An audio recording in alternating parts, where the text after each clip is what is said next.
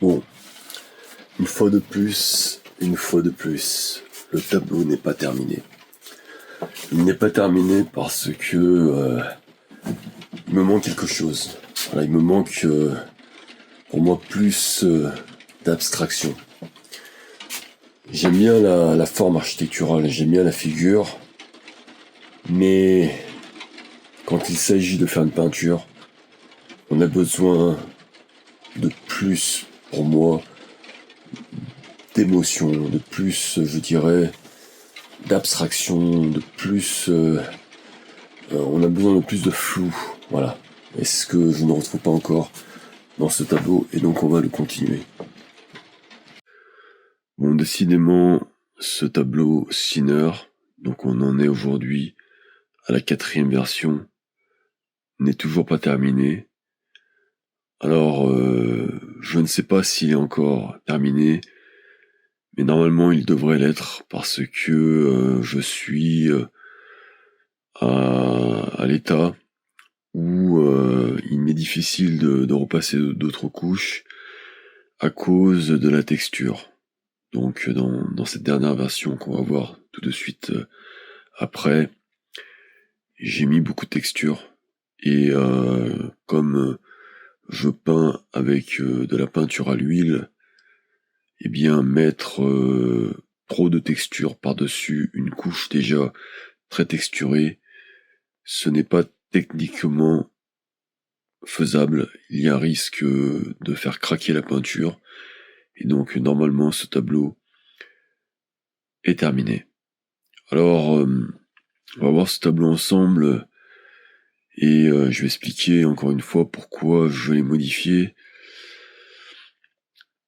Vous savez, la peinture, c'est quelque chose, je dirais, d'impermanent. On ne sait jamais si le tableau est terminé en fonction de notre état d'humeur, en fonction de notre, je dirais, de notre attitude, de notre mindset. Un jour on aime un tableau, le lendemain on ne l'aime pas, et moi, ça m'arrive très souvent. Et puis quand je progresse dans la peinture, quand j'ai des nouvelles idées, je n'aime plus mes anciennes idées. Et donc je ne supporte plus de voir un tableau avec mes anciennes idées. Donc là, ce qui me dérangeait un peu dans la version précédente, c'est que je trouvais le tableau trop figuratif.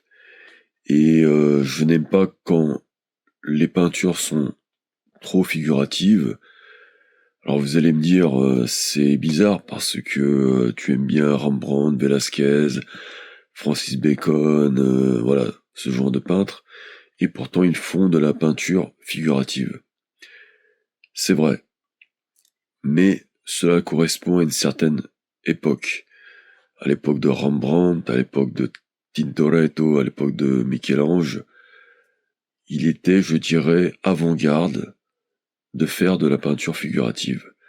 Aujourd'hui, je trouve que, par rapport au contexte actuel, c'est-à-dire dans notre monde où il y a justement la photographie, où il y a l'intelligence artificielle, donc il y a une facilité de produire de l'image, et notamment de l'image figurative. Je crois que le rôle du peintre, et c'est de cette manière que la peinture perdurera et a un intérêt, c'est de proposer autre chose. Et je pense que le peintre d'aujourd'hui a ce devoir de rester justement au maximum dans la case de la peinture, dans sa capacité à produire quelque chose de différent. Aucune intelligence artificielle va t'amener, on va dire, une émotion liée à un geste. Donc il y a tout d'abord cette idée du geste du peintre, en anglais brush stroke. Donc ça c'est vraiment important, puisque c'est déjà dans cette idée de ne pas être figuratif, une idée de projeter de transmettre dans la peinture, justement, le geste. Et dans ce contexte, dans cette idée du geste, j'aime beaucoup justement le mouvement japonais Gutai, où des peintres valorisaient le geste. Et j'aime beaucoup justement, notamment Shiraga, le peintre Kazuo Shiraga, qui va peindre avec ses pieds. C'est un de mes peintres préférés. Si demain j'avais de l'argent à ne pas savoir quoi faire, les premières toiles que j'achèterais seraient effectivement des toiles de Shiraga. Et je veux justement transmettre dans cette peinture cette idée de geste, cette idée de rapport entre la peinture et le corps. Et donc pour cette raison, je peins en grande partie aussi avec mes doigts. Je n'utilise pas de pinceau. J'utilise effectivement quelques outils comme les lames, comme les gommes, pour créer justement certains effets, pour créer des mélanges. Mais je dirais que la finition, l'essentiel du tableau se fait avec tout simplement mon corps, mes doigts, ou parfois même mon bras, quand c'est possible. Et donc ça, c'est quelque chose qu'on n'aura pas dans la photographie, qu'on n'aura pas dans une image digitale, cette idée de geste, et j'irai même plus loin, dans un deuxième temps, c'est le deuxième point, l'idée de la texture. L'idée de la texture, pour moi, ça commence justement avec des peintres comme Rembrandt. La peinture de Rembrandt est différente de la peinture de ses collègues de son époque, parce que Rembrandt va amener cette idée du geste et aussi de la texture. On va retrouver ça aussi dans les tableaux de Tintoretto, du Titien, et je suis très proche de ce genre de peintre. Parce que dans l'idée de la texture, on surpasse, on va dire, cette idée de la peinture seulement image, seulement en 2 dimensions. La peinture devient, je dirais, pratiquement une sculpture. Donc dans la toile que vous allez voir derrière, vous allez voir de la matière, vous allez voir de la sculpture, vous allez voir de l'épaisseur, qu'on appelle justement, cette technique s'appelle justement l'impasto, et là je fais un clin d'œil à Van Gogh. La peinture de Van Gogh est magnifique, elle touche les gens, parce qu'on voit justement ce fameux impasto, cette fameuse texture, et on sent à travers cette texture le geste du peintre. Et là on a une trace, un peu comme un fossile. Donc on est beaucoup plus proche de la sculpture. Et ça, c'est vraiment typique de la peinture. Et je pense que la peinture moderne est une peinture beaucoup plus texturée, beaucoup plus émotionnelle, beaucoup plus, je dirais, instantanée. Ensuite, et je reviens là à l'abstrait, je pense qu'aujourd'hui, nous ne sommes plus dans l'abstrait géométrique, à la Mondrian, Malevich, ce genre d'abstraction qui était plutôt caractéristique du mouvement moderne des années 30, 1930, et à ceci correspondait justement une architecture, l'architecture moderne, comme les premières maisons de Le Corbusier, Auguste Perret, cette architecture blanche pour exprimer justement un nouveau monde, l'esprit nouveau, comme aimait l'appeler Le Corbusier. Aujourd'hui, nous ne sommes plus à cette époque. Et donc, faire du Mondrian, du Malevich, de la peinture géométrique n'a pas de sens aujourd'hui. Parce que nous sommes dans un nouveau monde, et je pense que ce qui est plus caractéristique de notre monde en 2025, nous sommes plus, à mon avis, dans un monde chaotique. Nous sommes dans un monde obscur. Et je pense que les peintures contemporaines de la même que la mode contemporaine, l'architecture contemporaine, sculpture, etc., traduisent cette obscurité. C'est pour cette raison que le noir revient beaucoup, que le brutalisme en architecture revient. On va retrouver justement ces formes, ces obscurités dans le cinéma, dans beaucoup d'art, et même dans la musique. Et donc, le peintre, comme tout artiste, a une sensibilité par rapport au monde, et il est capable justement de traduire à travers son intuition, à travers sa vision, ce monde. Et moi-même, j'ai ressenti dès 2013-2014 ce besoin de travailler sur le côté obscur de l'art. J'ai commencé par la mode avec justement la mode dark, la mode obscure avant-garde, et j'ai toujours besoin dans la peinture de ce côté obscur. Et je pense que la version précédente, qui me correspondait pas, n'avait pas suffisamment ce côté obscur. Donc on va voir maintenant, puisque j'en ai dit assez pour introduire cette nouvelle version, le tableau ensemble. Ok, donc on va commencer, j'ai bien commencé par les détails. Donc vous voyez là, je suis proche du tableau, et vous voyez vraiment les traces de mes doigts. Vous voyez tout ce travail de fond rouge se fait avec la trace des doigts. Donc ce tableau, je l'ai entièrement peint avec mes doigts. Je ressens beaucoup plus de contact avec la toile, justement avec mes doigts. J'ai plus le sentiment d'être un sculpteur. C'est pour cette raison que j'aime travailler avec les mains. Je sens, voilà, j'ai besoin de sculpter la peinture. Et vous voyez, si je me mets un peu en travers, que la peinture a énormément de texture. Vous voyez, là, on voit vraiment l'épaisseur de la peinture. Et ça, je trouve ça très intéressant. C'est quelque chose qu'on ne va pas trouver dans une image en 2D, dans une image digitale, dans une photographie. On est vraiment là, je dirais, dans l'essence de la peinture. Et donc, là, je vais me reculer volontairement pour que vous voyez le tableau en entier. Je vais passer au grand angle. Voilà, je vais passer un angle plus large, voilà. Donc là, maintenant, on voit le tableau en entier. Et donc,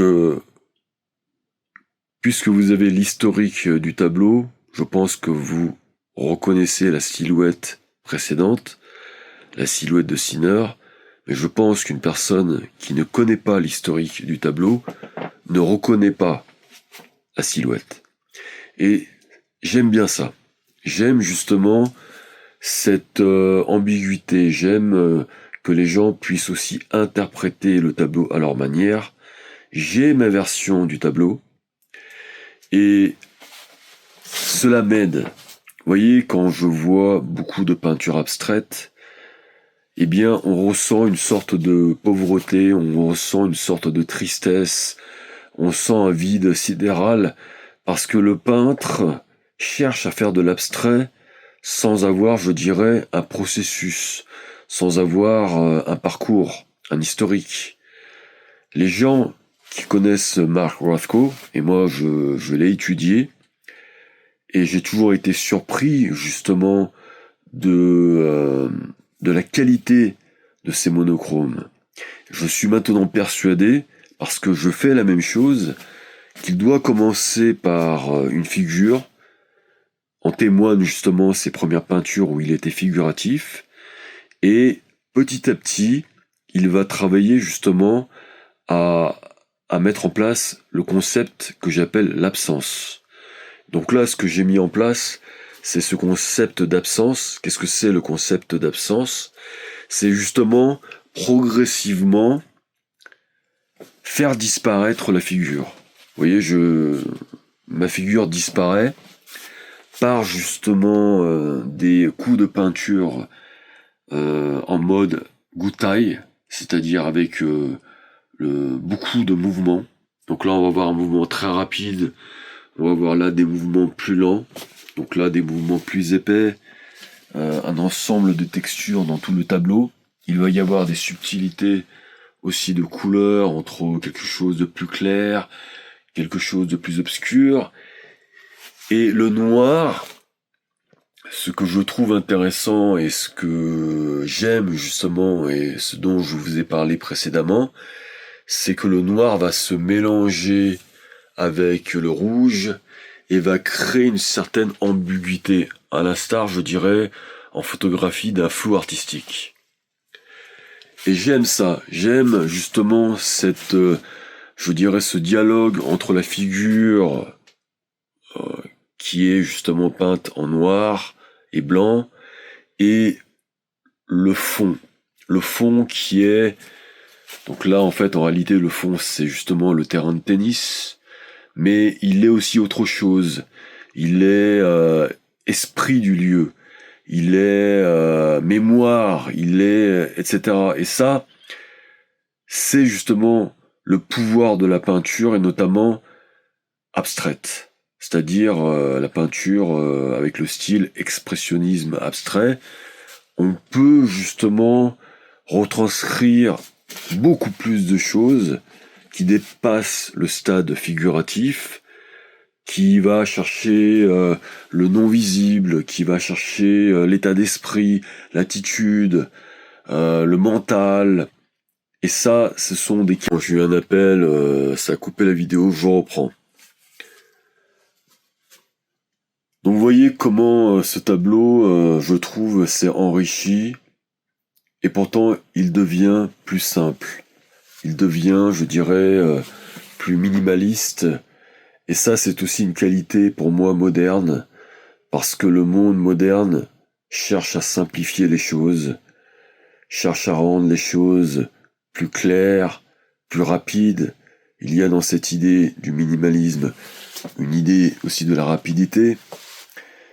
Et là, quand je suis face au tableau, je sens une force. Et c'est cette force que je ne ressentais pas dans la couche précédente. Je sens quelque chose de plus émotionnel, de plus humain. Je ressens quelque chose de plus charismatique aussi. C'est-à-dire que la toile posée dans un espace absorbe le lieu. Et c'est ce que je recherche dans la peinture. Donc je me remets sur mon siège pour continuer. Donc à partir de maintenant, en fait, quand je vais peindre, quand je vais présenter justement l'évolution du tableau, je vais aussi parler sous forme de podcast, parce qu'au final, c'est un peu l'idée de cette chaîne YouTube. Je le répète, je fais cette chaîne YouTube en premier lieu pour moi, pour avoir, je dirais, une archive de mon travail. Bon voilà, comme ça, les gens qui s'intéressent à mon travail auront des informations dans le futur, ou pour les gens qui s'intéressent. Comprendre le processus, me comprendre aussi moi-même, parce que, à l'instar de Francis Bacon, très souvent, quand je peins, je ne sais pas vraiment comment je fais, puisque pour moi, l'un des rôles premiers de la peinture, c'est de faire travailler mon intuition. C'est un excellent moyen de laisser parler sa source, son intuition, et donc je peins en premier lieu pour cette raison. J'ai besoin aussi de regarder d'une manière indirecte ce que je fais. Et en même temps, le fait d'avoir des critiques, des commentaires, des avis, me permet aussi de me réorienter vers une direction, sachant que ma première forme de validation restera toujours moi-même. Toujours moi-même, parce que la preuve, quand je peins, je suis très insatisfait, Et très souvent, quand je montre mes tableaux à d'autres personnes, ils aiment bien. Donc si jamais je devais me contenter de la vie des autres, j'arrêterais très vite mes peintures. Non. Et ça, je pense que c'est une des qualités des grands artistes, c'est toujours de s'auto-valider. Et tant qu'on n'est pas satisfait, on continue. Je suis persuadé que voilà, aujourd'hui ce tableau que je trouve bien, peut-être que demain je le trouverai nul, mais en tout cas, je suis ma propre validation. On pourra en reparler si vous voulez dans un autre podcast. Donc je vais m'arrêter là aujourd'hui parce que je pense que j'en ai dit assez. Et je vais continuer certainement, puisque là j'étais quand même content du travail que j'ai fait en reprenant un ancien tableau. Je vais reprendre quelques anciens tableaux. Donc j'ai notamment le tailleur de haies. Je n'en suis pas encore satisfait, donc je vais le continuer. J'ai un tableau blanc et noir qui je pense mérite aussi une dernière couche. Et un tableau rose qui lui aussi est trop figuratif. Donc si jamais vous aimez ce genre de podcast, ce genre de vidéo justement sur l'art, qui pour moi est trop rare, comme je l'ai dit dans un de mes posts, le contenu artistique sur Internet est très pauvre. Et pas que sur Internet, hein. Aujourd'hui, tout à l'heure, j'ai essayé de regarder une chaîne de télévision consacrée à l'art, Museum TV pour ceux qui connaissent, mais je m'ennuie, mais comme pas possible. C'est-à-dire que il n'y a que des rediffusions et il n'y a rien sur. C'est très pauvre dans la peinture contemporaine, ce que je trouve dingue. Enfin, quand on cherche des informations sur la musique, qui est une forme d'art, il y a des tonnes de chaînes sur la musique, il y a des tonnes de médias, etc. Sur la peinture, il n'y a rien. Il n'y a rien, et après, on va se plaindre de la non-médiatisation des peintres. C'est normal, il n'y a rien. Parce que, vous voyez, comme je le fais là, ça prend quand même du temps. Ça prend du temps pour expliquer notre travail, notre démarche. Vous voyez, je peux comprendre aussi le désarroi des gens quand ils vont dans un musée, ils ne comprennent rien à la peinture. Eh bien, là, j'ai passé, j'en sais rien, 20 minutes à expliquer ceci. Je pense que une personne, et c'est un peu un de mes objectifs, j'aimerais bien que n'importe quel individu s'intéresse à l'art. L'art n'est pas, quand je parle d'art, je parle précisément de la peinture, dans notre cas. Puisque l'art intéresse les gens. La preuve, les arts visuels les arts visuels accessibles plutôt, tels que le cinéma, la photographie, intéressent les gens. La musique intéresse les gens parce que notre société met en valeur ce genre d'artistes. Notre société met en valeur le cinéma, met en valeur la musique, alors que dans le passé, c'était plutôt la peinture et la sculpture. Les grands peintres étaient les stars de l'époque. Aujourd'hui, pour une raison simplement sociale, la peinture, c'est pour l'élite. C'est pour les gens qui ont de l'argent, qui ont de la culture. C'est pour, voilà, ce monde. Ah, tu as de la culture, tes parents t'ont appris dès le plus jeune âge à aimer Velázquez, Picasso, Rembrandt. Ils t'ont amené dans des musées quand tu étais petit. Donc ce genre de personne avec une famille éduquée va s'intéresser à la peinture. Et moi personnellement, mes parents ne m'ont jamais éduqué dans l'art, parce que je ne dis pas qu'ils n'ont pas de culture, ce sont des parents scientifiques, mais ils n'avaient aucune effectivement éducation dans l'art.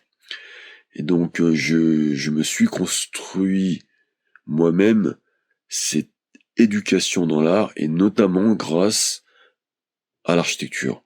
C'est en faisant des architectures que j'ai appris ensuite à apprendre les grands peintres, les sculpteurs, et puis ensuite progressivement on s'intéresse à d'autres formes d'art, on s'intéresse au cinéma, on s'intéresse à la sculpture, à la peinture, mais cela ne vient pas naturellement, c'est un effort. Voilà, j'en ai dit assez. Si tu aimes ce genre de vidéos, c'est très important pour moi parce que ma chaîne est nouvelle et c'est très important en fait que tu mettes des commentaires pour que la vidéo soit mieux, je dirais, propulsée, ou un like, etc. pour qu'il y ait... C'est très important que tu mettes en place de l'engagement. Ça m'aidera à faire d'autres vidéos. Et quand je constaterai un nombre, je dirais, suffisant d'abonnés, je ferai des vidéos de meilleure qualité. Aujourd'hui, je te l'avoue, je me prends pas la tête, parce que je sais que les gens qui me suivent aujourd'hui, ce sont des vrais passionnés. Ce sont des gens qui ont de la culture, je le vois dans les commentaires, qui connaissent les peintres, et voilà, ils n'ont pas besoin d'être séduits par une image, par un montage quelconque. Eux, ce qui les intéresse, c'est le fond. D'ailleurs, j'avais fait un live, et un de mes abonnés m'avait dit il est très bien ton live, alors que moi je trouvais l'image et le son pourris. Donc je suis retourné simplement dans une version non en live, pour pouvoir avoir une meilleure image et un meilleur son. Bon, tu as pu le constater, je suis bavard. On se retrouve très bientôt pour une prochaine vidéo.